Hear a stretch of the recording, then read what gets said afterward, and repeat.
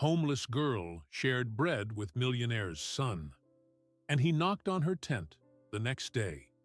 The icy wind cut through downtown Portland like a blade as 9-year-old Skylar Madison pressed her back against the cold brick wall of Morrison Bridge, clutching the last piece of stale bread she had found in a dumpster behind Safeway. Her stomach had been growling for 2 days straight, and the persistent cough that rattled her small chest made every breath a struggle. The cardboard beneath her was soaked from the morning rain, and her torn sneakers had holes so big that her toes were turning blue from the December cold. "Please, just a small piece," whispered a voice that made Skylar's heart stop completely. A boy about her age sat hunched against the opposite wall, his designer jacket torn, and his usually perfect hair matted with dirt and tears. Even in his disheveled state, Skylar recognized him immediately from the newspapers scattered around the homeless camp where she slept. This was Ethan Carmichael, son of tech billionaire Marcus Carmichael, the man whose face appeared on every business magazine in the city. The boy's eyes were red and swollen from crying, and his hands shook uncontrollably as he spoke. "I haven't eaten anything in 3 days. My father, he threw me out after I told him about the drugs at school. He said I was lying about his business partner's son, and that I was just trying to cause trouble. He called me a disappointment and told me to never come back until I learned to keep my mouth shut about things I don't understand." Skylar stared at the piece of bread in her hands, knowing it was probably the only food she would have until tomorrow, maybe longer. The bread was hard and moldy on one edge, barely enough to quiet the painful hunger clawing at her stomach. Every fiber of her survival instinct screamed at her to eat it, to preserve what little strength she had left. She had learned the hard way that kindness was a luxury she couldn't afford on the streets, where showing weakness could mean the difference between life and death. But something in Ethan's eyes reminded her of herself 3 years ago, when her mother had first disappeared into the world of methamphetamines and left her sleeping alone in their car. She remembered that same look of betrayal, that desperate confusion of a child who couldn't understand why the people who were supposed to love them had chosen something else instead. The fear in his voice was the same fear she felt every night when she closed her eyes, wondering if she would wake up the next morning or if the cold would finally claim her. "Here," Skylar said quietly, breaking the bread exactly in half and extending the larger piece toward Ethan. "It's not much, but it's something. I found it this morning behind the grocery store. The manager there sometimes throws out bread that's only 1 day past the expiration date." Ethan looked at the offered bread with wide eyes, then at Skylar's thin face and the way her clothes hung loose on her malnourished frame. "But you need it more than I do. You look like you haven't eaten in weeks. I can't take your food when you have so little." "My mom used to tell me that sharing what little we have makes it multiply somehow," Skylar replied, though her voice cracked slightly as she mentioned her mother. "Besides, being hungry together is better than being hungry alone. At least we can watch out for each other until morning."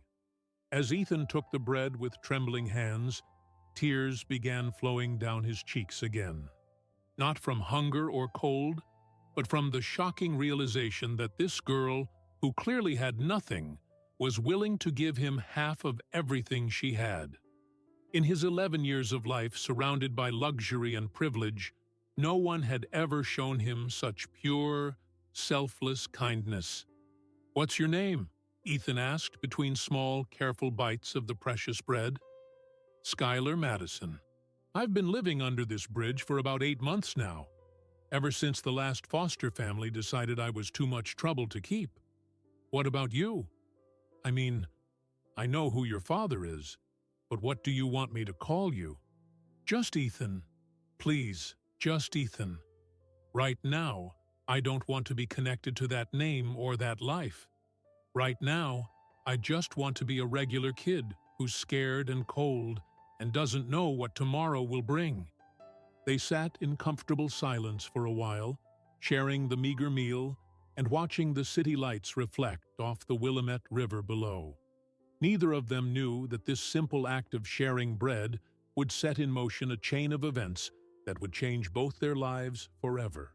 Skylar had no idea that her kindness had just touched the heart of someone who would spend years searching for a way to repay her generosity.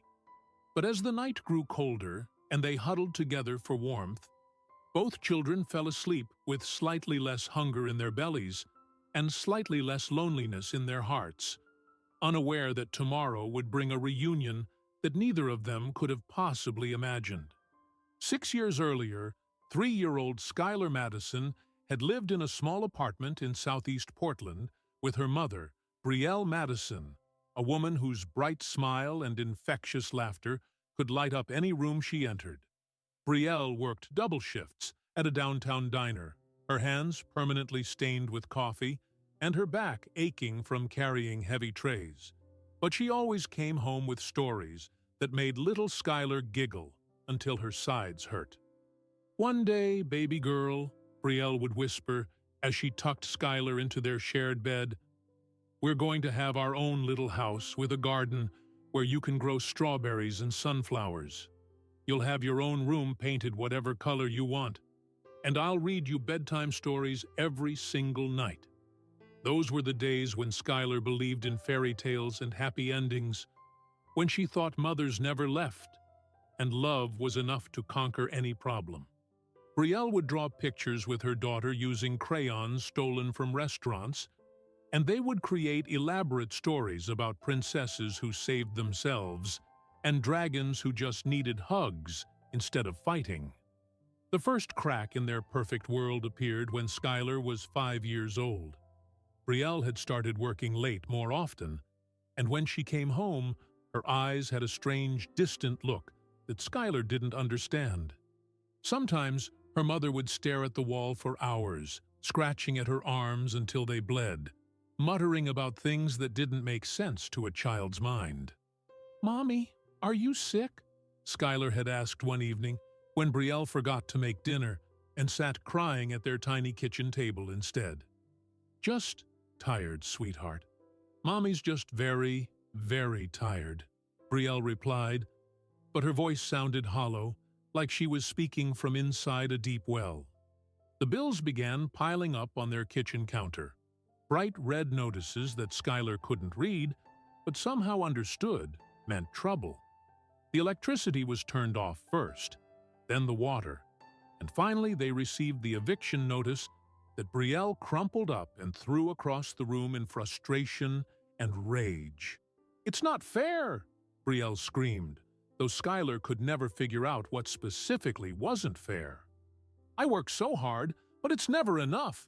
Nothing I do is ever enough." They moved into Brielle's beat-up Honda Civic, and for a few months, Skylar thought it was an adventure. They would park near different playgrounds each night, and Brielle would tell her they were explorers camping under the stars. But as winter approached, the car became cold and cramped, and Brielle's behavior became more erratic and frightening. The methamphetamines had entered their lives so quietly that Skylar never saw them coming. At first, the drugs seemed to make her mother happy again. Brielle would have bursts of energy where she would clean their car obsessively and make grand plans for their future. But these manic episodes were always followed by crashes that left her unconscious for days, leaving Skylar to fend for herself with whatever food they had managed to scavenge. "I'm going to get clean, baby," Brielle promised over and over again, usually while shaking uncontrollably and unable to look her daughter in the eyes. "I'm going to get us out of this mess and give you the life you deserve. You just need to be patient with Mommy a little bit longer." But patience ran out the morning Skylar woke up alone in the car, with a note scrawled in her mother's handwriting that simply said, "I'm sorry. You deserve better than me. Find someone who can take care of you properly." At 7 years old, Skylar spent 3 days waiting in that car, convinced her mother would come back. She ate the last package of crackers in their food bag and drank water from a puddle when her thirst became unbearable. When a police officer finally found her, she was delirious from dehydration and malnutrition, but still asking if anyone had seen her mommy. The foster care system became Skylar's new reality, a revolving door of temporary homes where she never quite fit and never quite belonged. Some families were kind but overwhelmed. Others were simply collecting government checks and saw her as a source of income rather than a child who needed love and stability. But even in her darkest moments, Skylar held on to the memory of her mother's laughter and the dreams they had shared about strawberries and sunflowers. She carried those memories like a light inside her chest, never quite willing to let them go, even when everyone told her it was time to move on and stop hoping for things that would never come true. The morning after sharing bread with Ethan, Skylar woke to the sound of expensive shoes clicking against the concrete walkway above her bridge shelter. She had learned to recognize the difference between the shuffling footsteps of other homeless people and the confident stride of those who belong to the world above. These footsteps belonged to someone with purpose, someone who wasn't just passing through her forgotten corner of the city. Her body ached from sleeping on the cold ground, and the persistent cough that had been her companion for months seemed worse after the damp night air. Ethan was gone, which didn't surprise her. Most people who ended up on the streets for the first time either found their way back to their old lives quickly or discovered that survival required a hardness that few people possessed. She assumed she would never see him again, that their brief connection had been just another temporary moment in a life full of temporary moments. But as she gathered her few possessions and prepared to search for breakfast in the downtown dumpsters, she heard a voice calling her name. "Skylar! Skylar Madison!" The voice was deeper than she remembered, older somehow, though it had only been one night. When she looked up, she saw Ethan standing at the top of the bridge, but he was no longer the frightened, dirty boy who had shared her bread. His hair was clean and styled, his clothes were fresh and expensive, and standing beside him was a man whose face she recognized from countless newspaper photos and television interviews. Marcus Carmichael, one of the wealthiest men in Oregon, was staring down at her with an expression she couldn't quite read. His son must have told him about their encounter, but Skylar couldn't imagine why that would bring them both here at 7 in the morning. "Please don't run," Ethan called down to her. "I know this probably looks strange, but I need to talk to you. We both do." Every instinct Skylar had developed over the past 2 years told her to grab her backpack and disappear into the maze of downtown alleys where adults in expensive suits couldn't follow. Rich people didn't seek out homeless children unless they wanted something, and in her experience, what they usually wanted was for her to disappear entirely. But something in Ethan's voice made her hesitate. There was an urgency there, a desperation that reminded her of her own voice when she used to beg her mother not to leave her alone in the car while she went to buy drugs from scary men in dark parking lots. "I'm not in trouble, am I?" Skylar called back, her voice smaller than she intended. "I didn't do anything wrong. I was just trying to help." "Date." Marcus Carmichael stepped forward, and when he spoke, his voice was gentler than she had expected from someone whose business decisions affected thousands of people around the world. "You're not in trouble, Skylar. In fact, my son tells me that you showed him more kindness in one night than most people show in a lifetime. He hasn't stopped talking about you since he came home. He made me promise to help him find you so he could properly thank you." "But I didn't do anything special," Skylar replied, confusion clear in her voice. "I just shared my food. Anyone would have done the same thing." "No," Ethan said firmly, climbing down the embankment to get closer to her level.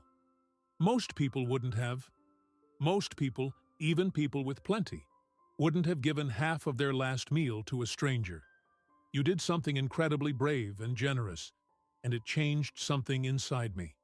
As Ethan got closer, Skylar could see that his eyes were still red-rimmed, but not from crying this time.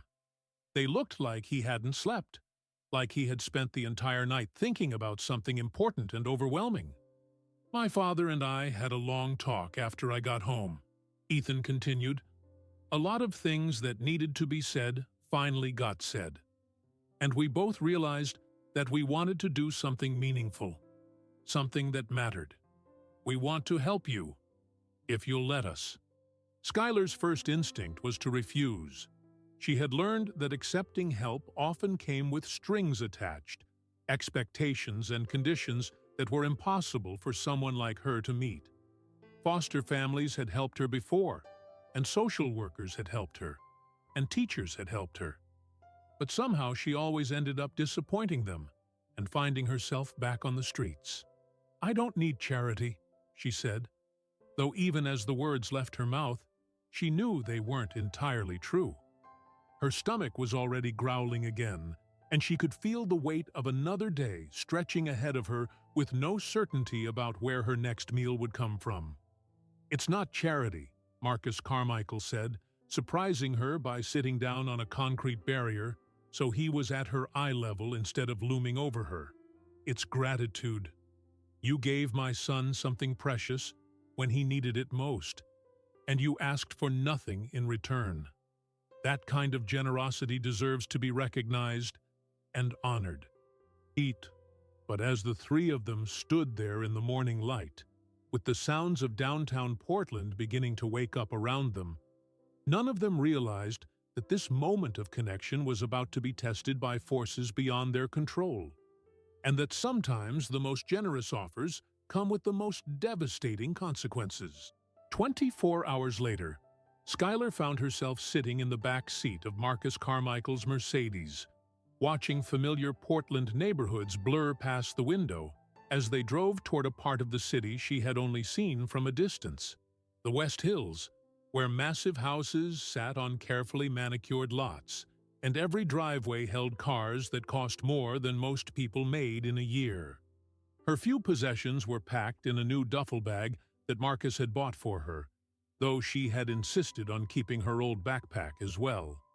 Inside that worn backpack were the only pictures she had of her mother, a broken bracelet that Brielle had given her for her 6th birthday, and a small notebook where she had been trying to write down everything she could remember about their time together before the memories began to fade.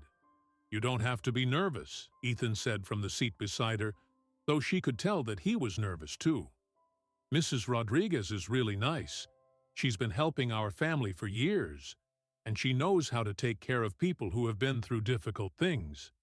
Mrs. Rodriguez turned out to be a kind-faced woman in her 50s who greeted Skylar with a warm smile and gentle eyes that didn't stare at her worn clothes or the way her hair hadn't been properly washed in weeks.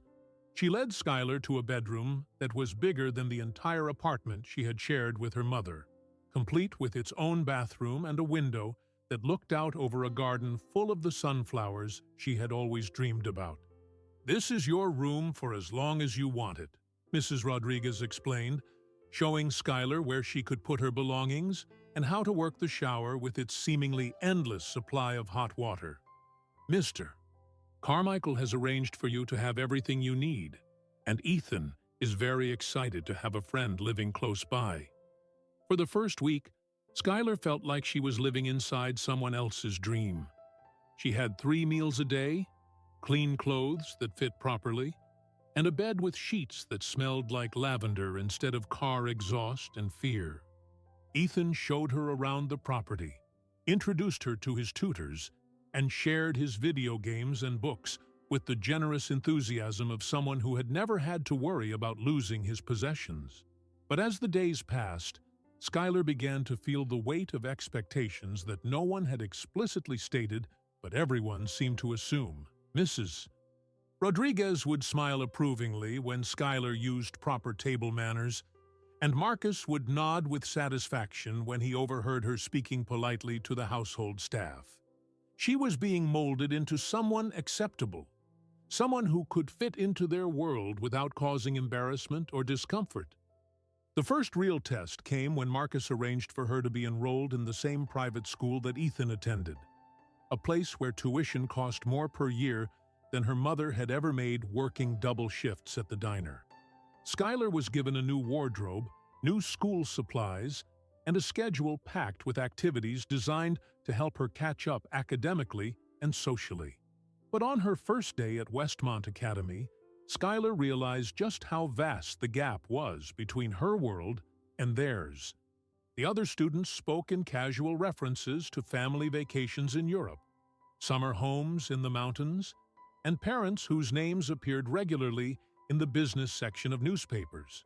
They had grown up with assumptions about the world that Skylar was only beginning to understand, and her attempts to participate in conversations often resulted in awkward silences and confused stares. "Where did your family go for spring break?" asked a girl named Peyton during lunch, making conversation that was meant to be friendly and inclusive. "I don't have a family," Skylar replied honestly, not yet having learned that some truths were too uncomfortable for polite society. "I mean, I have a mom somewhere, but she's sick and can't take care of me anymore. I was living under a bridge before Mr. Carmichael found me." The silence that followed was deafening. Peyton's face turned red with embarrassment, and the other girls at the table suddenly became very interested in their expensive lunches. Skylar realized she had said something wrong, but she wasn't sure what or how to fix it. Later that evening, Marcus called her into his study for what he described as a friendly chat. But Skylar could sense the concern in his voice and the careful way he chose his words. "Skylar, I know adjusting to a new environment can be challenging," he began, settling into his leather chair while she perched uncertainly on the edge of a couch that probably cost more than most cars. "But I think it might be helpful if we talked about how to handle questions about your background. Sometimes it's easier for everyone involved if we keep certain details private." What he was really saying, Skylar realized, was that her truth was too uncomfortable for his world. Her story of abandonment and survival was something to be hidden, managed, and carefully edited to fit into conversations about ski trips and college preparation. That night, lying in her beautiful bedroom with its soft sheets and perfect temperature control, Skylar felt more alone than she had ever felt sleeping under the bridge. At least on the streets, she had been authentically herself, even if that self was hungry and scared and uncertain about the future. Here, she was becoming someone else entirely, someone carefully constructed to fit into a world that would never truly accept where she had come from. But the real test of her new life was still ahead, and it would come from a direction that none of them had anticipated. 3 months into her new life, Skylar had become someone she barely recognized. Her hair was professionally styled every week, her clothes were carefully coordinated by Mrs. Rodriguez, and she had learned to speak in the measured, polite tones that seemed to make the adults around her more comfortable. She was succeeding at Westmont Academy, her grades were excellent, and her teachers praised her work ethic and determination. But late at night, when the house was quiet and everyone else was sleeping, Skylar would lie awake staring at the ceiling and feeling like she was slowly disappearing. The girl who had survived on the streets, who had learned to find food in dumpsters and shelter in abandoned buildings, was being systematically erased and replaced with someone more palatable, more acceptable to polite society. The breaking point came on a Tuesday afternoon when Skylar was walking home from school and saw a familiar figure digging through a trash can outside a downtown coffee shop. The woman was thin to the point of emaciation, her hair stringy and unwashed, her movements jerky and desperate in the way that Skylar remembered all too well. "Mom?"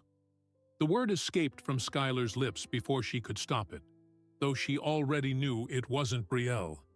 This woman was a stranger, but she could have been Brielle 3 years ago, or 6 months from now, or any of the countless women who had fallen through the cracks of a system that wasn't designed to catch people like them. Without thinking, Skylar approached the woman and pulled a $20 bill from her wallet, money that Marcus had given her for school lunches and emergency expenses. "Here," Skylar said softly, extending the money toward the woman. "Get something to eat." The woman looked up with eyes that were both grateful and suspicious, taking the money with hands that shook slightly. "You're just a kid. You shouldn't be giving away your money to strangers." "I used to be where you are," Skylar replied, and saying those words out loud felt like breathing freely for the first time in months. "I know what it feels like to be hungry and invisible at the same time." That evening, when Mrs. Rodriguez was helping her with homework, she noticed that Skylar seemed distracted and upset about something.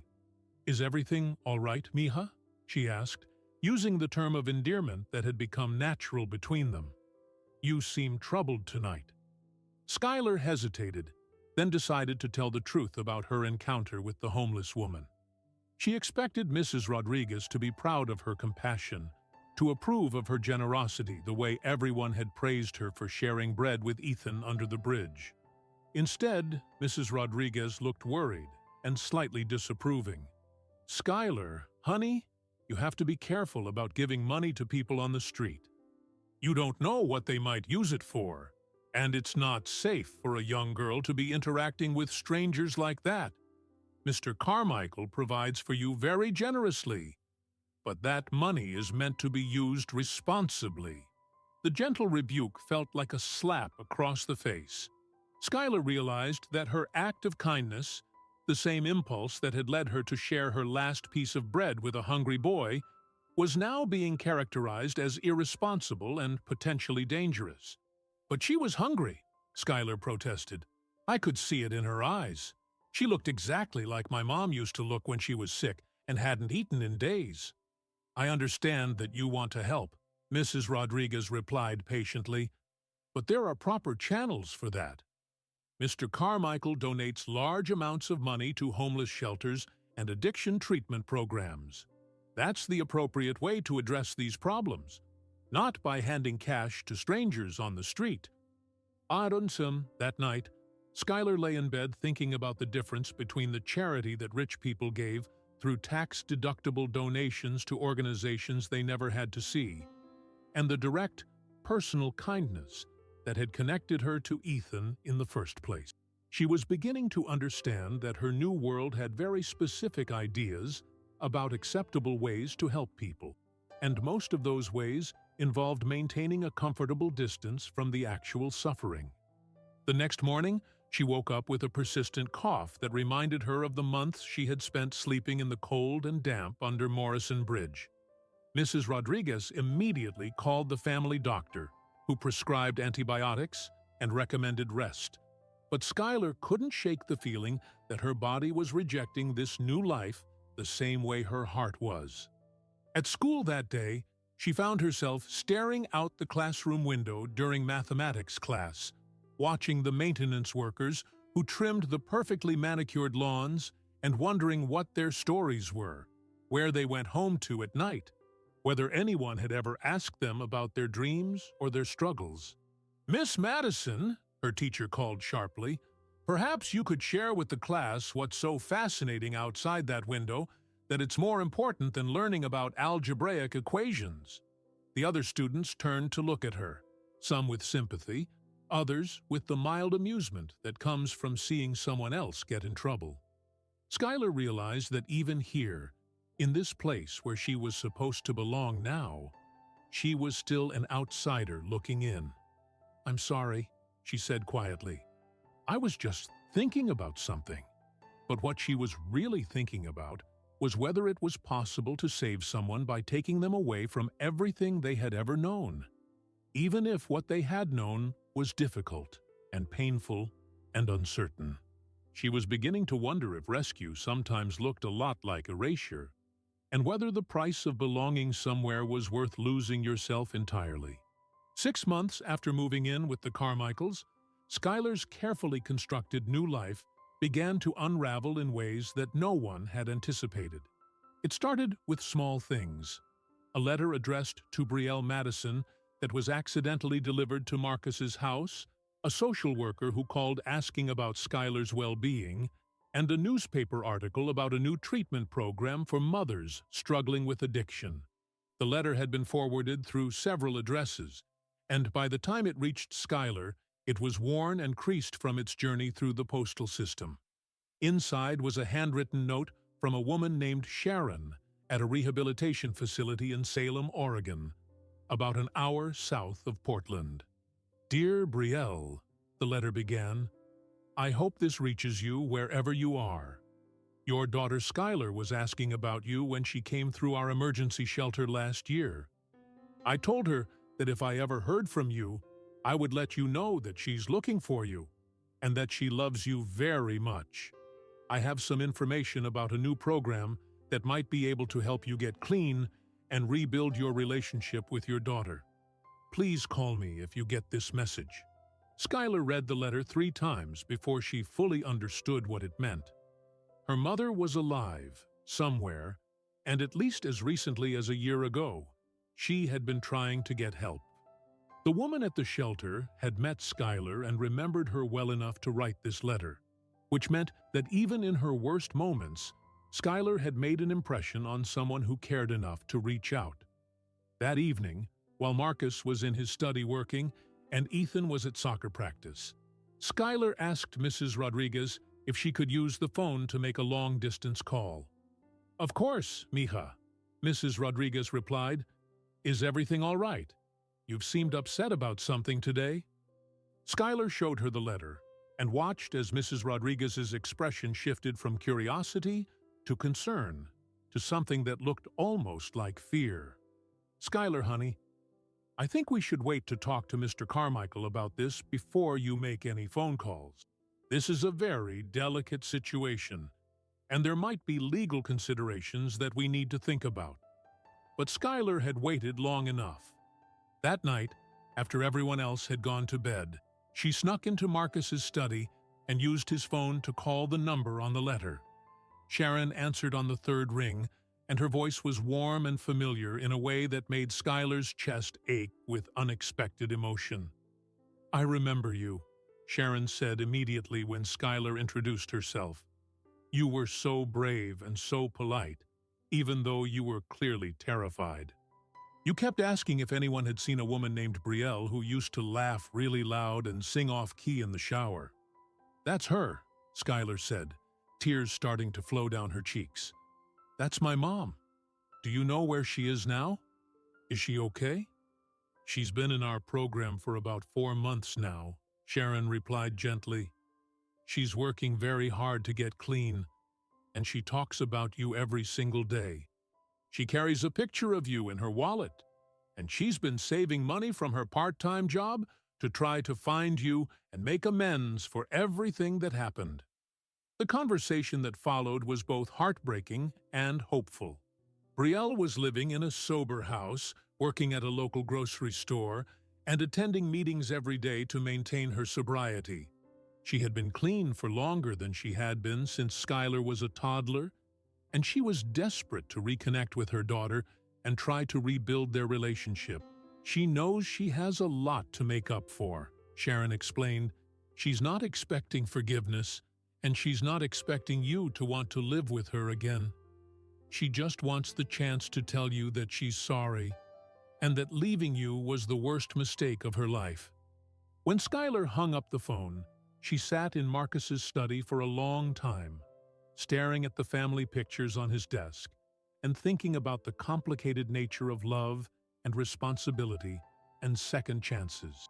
She had been given an incredible opportunity with the Carmichaels, a chance at a life that most people could only dream about, but she was beginning to realize that it had come at the cost of her connection to the person who had given her life in the first place.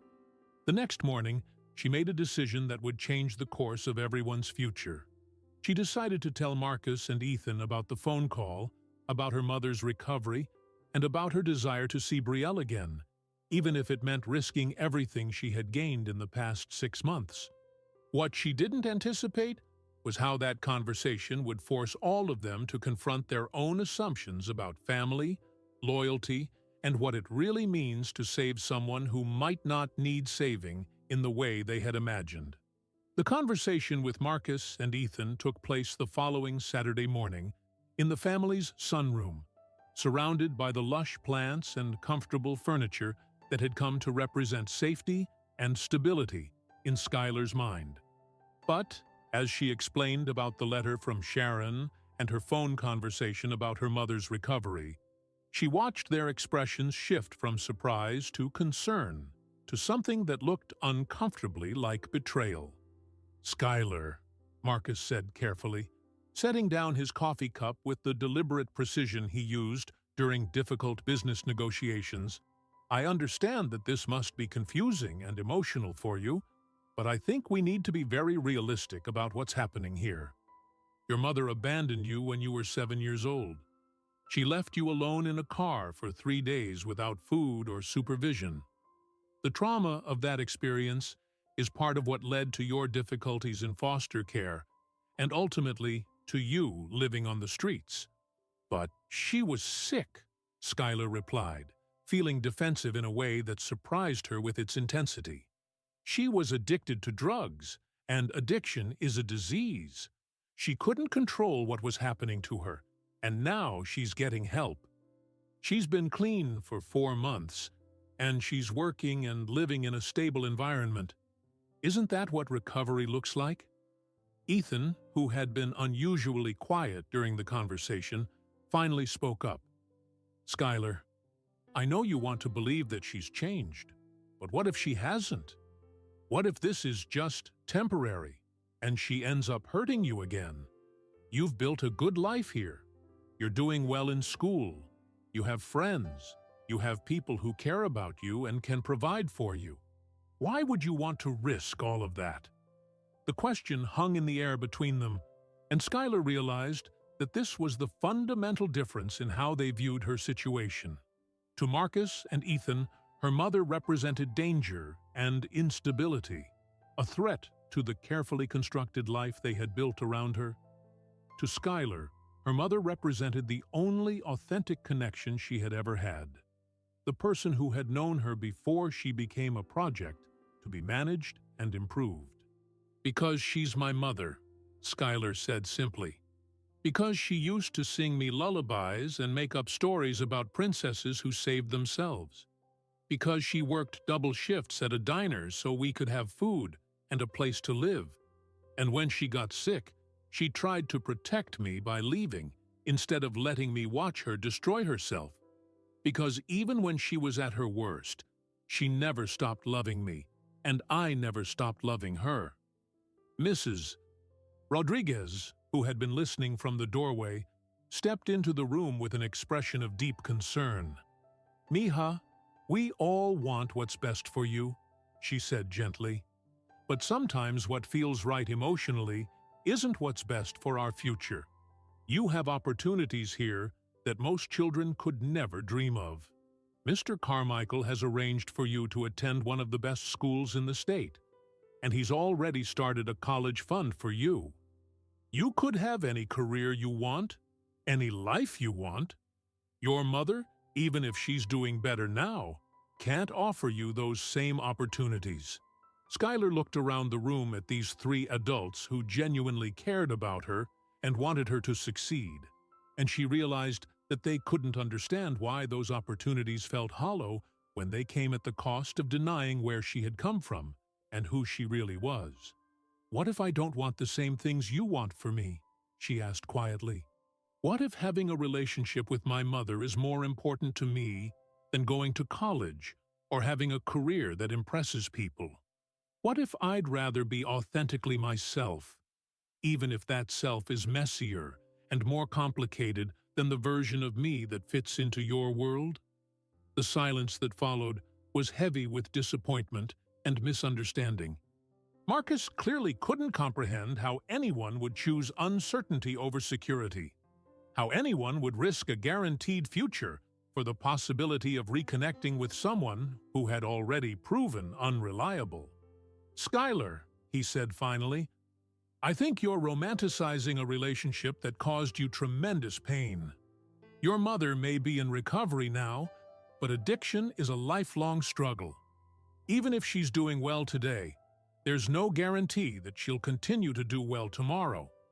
Are you really willing to give up everything we've built together for someone who might disappoint you again?" "Yes," Schuyler replied without hesitation, and the certainty in her voice surprised everyone in the room, including herself. Because she's my mother, and I love her, and love isn't something you give up on just because it's risky or complicated or inconvenient. Cheat. The words seemed to echo in the sunroom, and Schuyler could see that she had fundamentally misunderstood what her place was in this family. She wasn't a daughter who had been chosen and embraced. She was a project that had been undertaken with specific expectations about gratitude and compliance. Her role was to be rescued and improved, not to have opinions about the direction of that rescue. Marcus stood up and walked to the window, looking out at his perfectly manicured garden while he chose his words carefully. Schuyler, I think you need some time to think about this decision and its consequences. Making choices based on emotion rather than logic is exactly the kind of thinking that keeps people trapped in cycles of poverty and instability. I had hoped that living here would teach you to make better decisions than that. But what Marcus didn't understand was that Schuyler's decision wasn't emotional or illogical. It was the result of 6 months of careful observation, of watching how love was expressed in his world through control and conditions and expectations of gratitude. She had learned that in this house, being cared for meant being managed, and being rescued meant being transformed into someone entirely different. That night, Schuyler made a phone call that would change everything. She called Sharon back and asked if it would be possible to visit her mother, just once, to see for herself how Brielle was doing, and whether there was any possibility of rebuilding their relationship. "Of course, sweetheart," Sharon replied. "Your mother would be over the moon to see you, but you should know that she's very nervous about it. She's afraid that you won't forgive her, or that seeing her will just bring back painful memories. She wants what's best for you, even if that means staying out of your life." The visit was arranged for the following weekend, and as Schuyler packed a small overnight bag, she felt a mixture of excitement and terror that reminded her of the night she had shared bread with Ethan under the bridge. She was about to take a leap of faith that could either heal an old wound or tear open new ones, and there was no way to know which it would be until she took the risk. The Serenity House Recovery Center sat on a quiet street in Salem, surrounded by oak trees and flower gardens that looked nothing like the institutional facilities Schuyler had imagined. It was a converted Victorian house with a wraparound porch and rocking chairs, the kind of place where healing happened slowly and gently, rather than through force or dramatic intervention. Sharon met Schuyler at the front door, and her embrace felt like coming home in a way that surprised them both. "She's been awake since 4 this morning," Sharon whispered, as they walked through hallways decorated with artwork created by residents. "She's cleaned her room 3 times and changed her outfit twice. She's more nervous than I've ever seen her, but also more hopeful." Brielle was waiting in a small sitting room that overlooked the garden, and when Schuyler saw her, she had to grip the door frame to keep from falling over. Her mother looked different in ways that went far beyond the obvious changes. She had gained healthy weight. Her skin had a glow that Schuyler remembered from early childhood, and her eyes were clear and focused in a way they hadn't been since before the addiction took hold. But more than that, she looked like herself again. The frantic, desperate energy that had characterized her during the worst periods of her illness was gone, replaced by a calmness that seemed both fragile and genuine. "Baby girl," Brielle whispered, and her voice broke on the words, "Look how beautiful you are. Look how grown up and strong and amazing you are." They held each other for a long time, both crying tears that carried years of separation, guilt, longing, and love. Schuyler breathed in the familiar scent of her mother's hair and felt pieces of herself clicking back into place, parts of her identity that had been carefully packed away during her months with the Carmichaels. "I'm so sorry," Brielle said over and over again.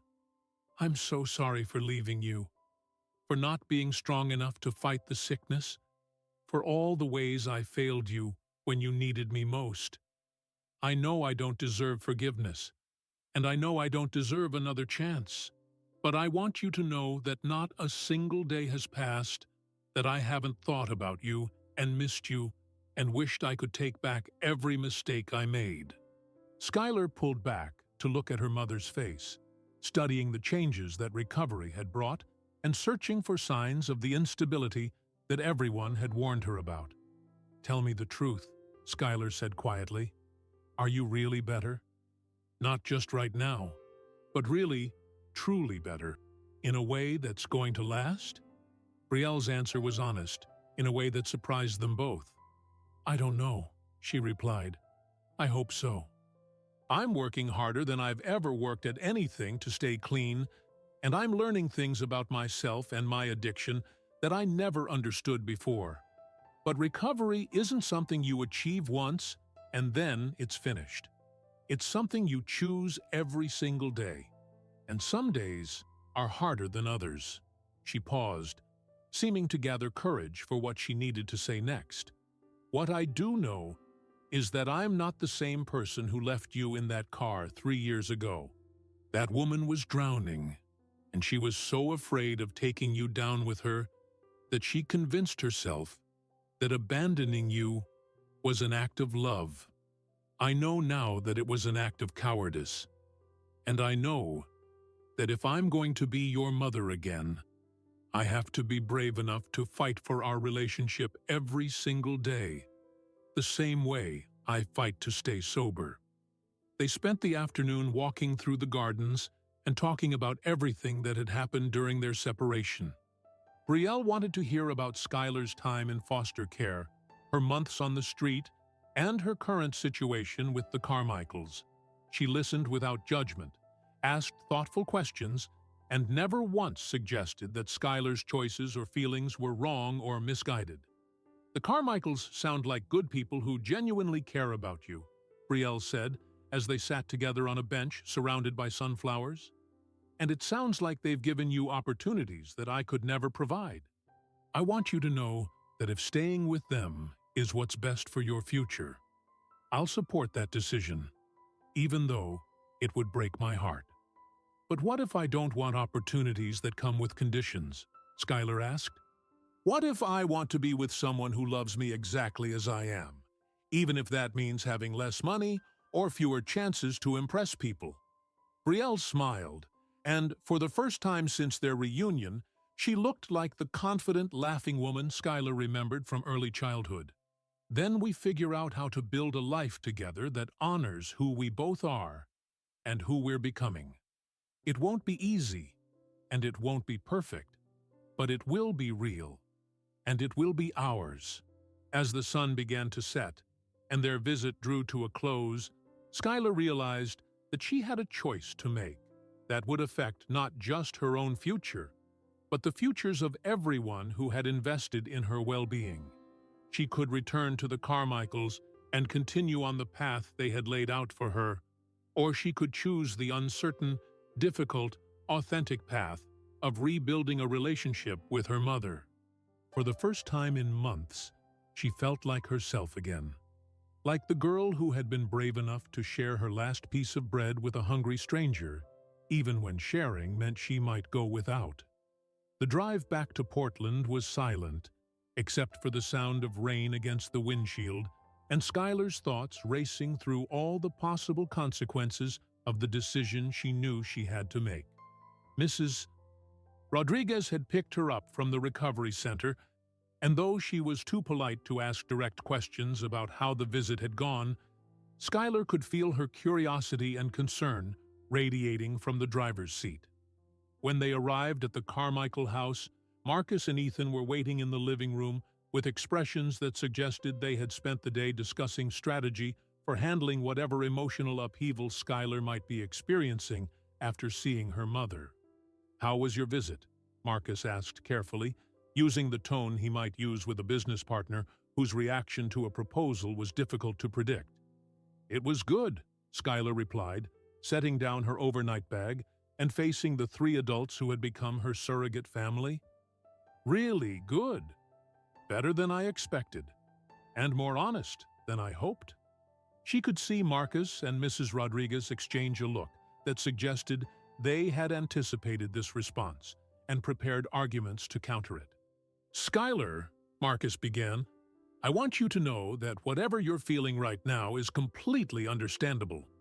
Seeing your mother after so long must have brought up a lot of complicated emotions, but I hope you'll take some time to process those feelings before making any decisions about your future." "I have been processing," Skylar replied. "I've been processing for 6 months, actually. I've been trying to figure out who I'm supposed to be in this house, what role I'm supposed to play, and what I'm supposed to be grateful for. And I've realized that I've been asking the wrong questions." She took a deep breath and continued, "The right question isn't who I'm supposed to be here. The right question is who I actually am, and whether there's room in this family for that person, or whether I need to keep pretending to be someone else in order to belong." Ethan, who had been unusually quiet, finally spoke up. "What are you saying, Skylar? Are you saying that we haven't been good to you? That we haven't given you everything you could possibly need?"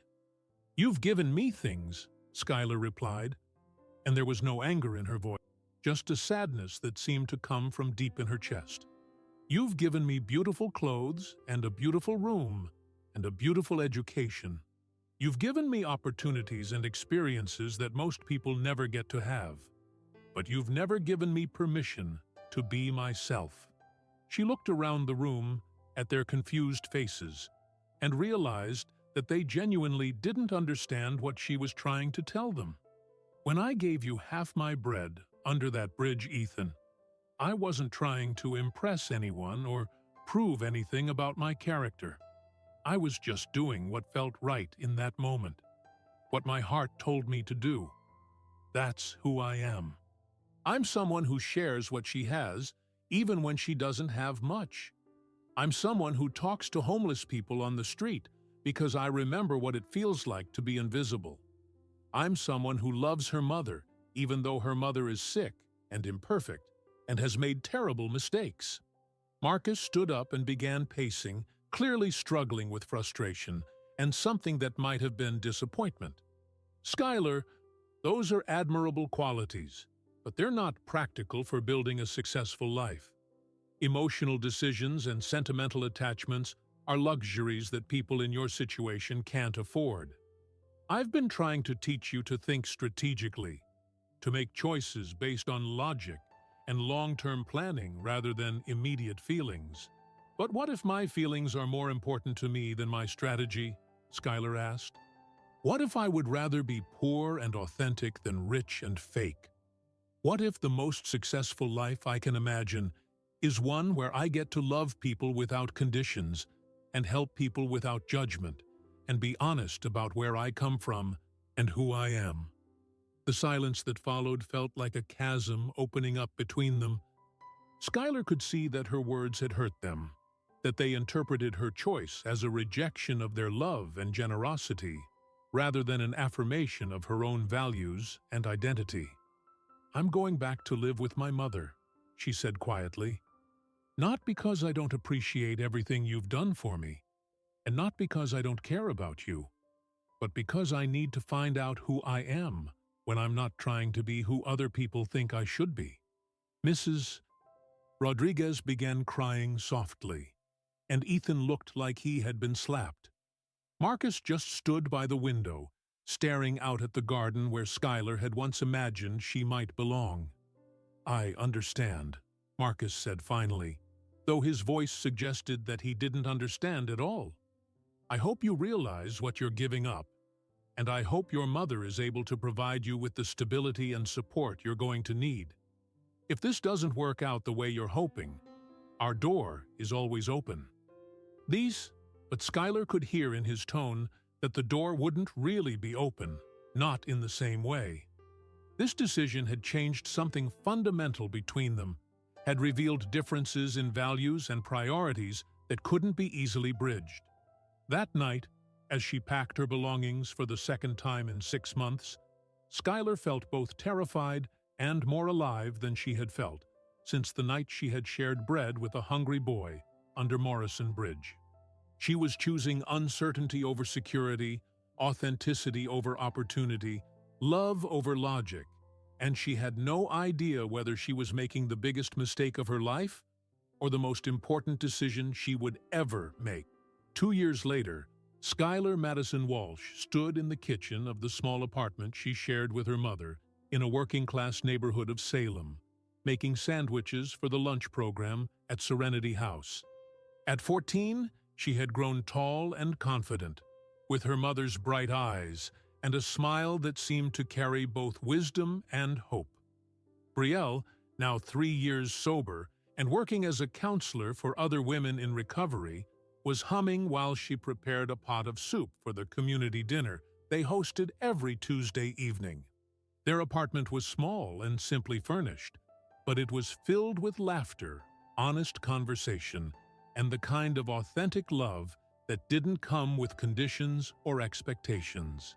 "Remember when you used to dream about having a house with a garden where you could grow sunflowers?" Skylar asked, looking out the window at the small flower boxes they had installed on their fire escape, where sunflowers and strawberry plants grew in the Oregon sunshine.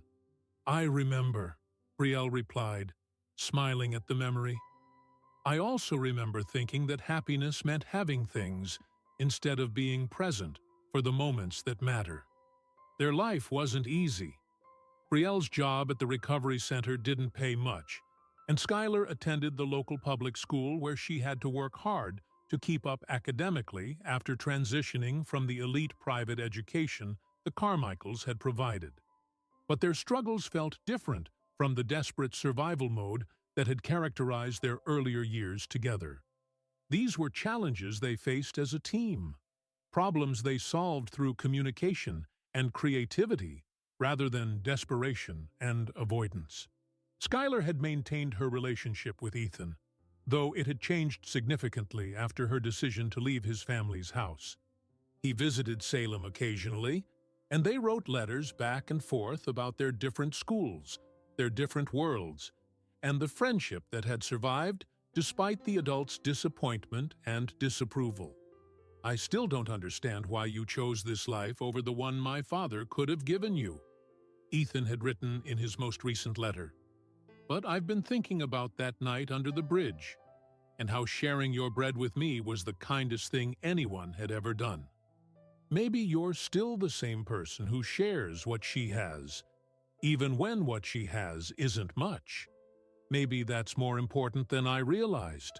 The letter had made Skylar cry, not from sadness, but from gratitude that their connection had survived the complicated dynamics of rescue and rejection, privilege and authenticity. On this particular Tuesday evening, as they prepared to serve dinner to 40-some people in various stages of recovery, addiction, and homelessness, Skylar reflected on the path that had brought her to this moment. She thought about the girl who had slept under Morrison Bridge, who had shared her last piece of bread with a stranger, who had been offered a different life and chosen to create her own instead. The people who came to their Tuesday dinners were not the kind of people who would have been welcome in Marcus Carmichael's dining room. They were rough around the edges, imperfect, struggling with demons that polite society preferred to ignore. But they were also generous with their stories, grateful for small kindnesses, and willing to support each other through difficulties that most people couldn't imagine. "You know what I love about this work?" Skylar asked her mother, as they ladled soup into bowls and arranged sandwiches on trays. "What's that, baby girl?" "Nobody here is trying to fix anybody else. We're just sharing what we have, and letting people be who they are while they figure out who they want to become." Brielle paused in her work and looked at her daughter with pride that went beyond words. "You've become an amazing young woman," she said. "Not because of what anyone gave you or taught you, but because of who you chose to be when it mattered most." As the evening progressed, and their small dining room filled with laughter and conversation, Skylar realized that she had found her way back to the values that had guided her that night under the bridge. She was still someone who shared what she had, even when she didn't have much. She was still someone who saw dignity in every person, regardless of their circumstances. She was still someone who believed that love was more important than comfort, and that authenticity was more valuable than approval. The decision to leave the Carmichaels had cost her certain opportunities and advantages, but it had given her something more precious: the chance to become exactly who she was meant to be, without compromise or condition. Later that evening, as she and Brielle cleaned up after the dinner and prepared for another day of small acts of service and large acts of love, Skylar thought about the lesson she would want to share with anyone who might hear her story. Sometimes, the most generous thing you can do is share what little you have with someone who needs it more. Sometimes, the bravest thing you can do is choose authenticity over advantage. And sometimes, the most successful life you can build is one where you get to be exactly who you are, surrounded by people who love you not despite your imperfections, but because of your willingness to be genuine in a world that often rewards pretense. The bread she had shared under Morrison Bridge had multiplied in ways she never could have imagined, not into wealth or status or security, but into a life rich with purpose, connection, and the deep satisfaction that comes from staying true to your values even when the cost is high. And every night, as she fell asleep in her small bedroom, listening to her mother's off-key singing from the kitchen, Skylar knew she had made the right choice. She had chosen love over logic, authenticity over opportunity, and herself over the version of herself that others had wanted her to become.